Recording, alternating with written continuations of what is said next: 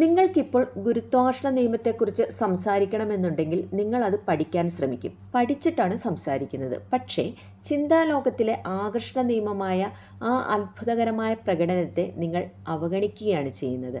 ദ്രവ്യത്തിൻ്റെ ആറ്റങ്ങളെ വരച്ച് ഒരുമിച്ച് നിർത്തുന്ന നിയമത്തിൻ്റെ അതിശയകരമായ പ്രകടനത്തെക്കുറിച്ച് നമുക്ക് പരിചിതമാണ്.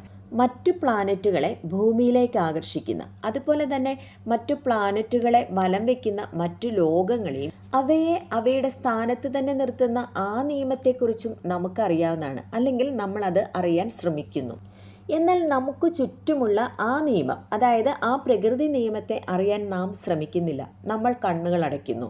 നമ്മുടെ ജീവിതത്തെ മാറ്റുകയോ നശിപ്പിക്കുകയോ ചെയ്യാവുന്ന തരത്തിലുള്ള ആ നിയമമാണ് നമ്മൾ എപ്പോഴും അറിഞ്ഞിരിക്കേണ്ടത്.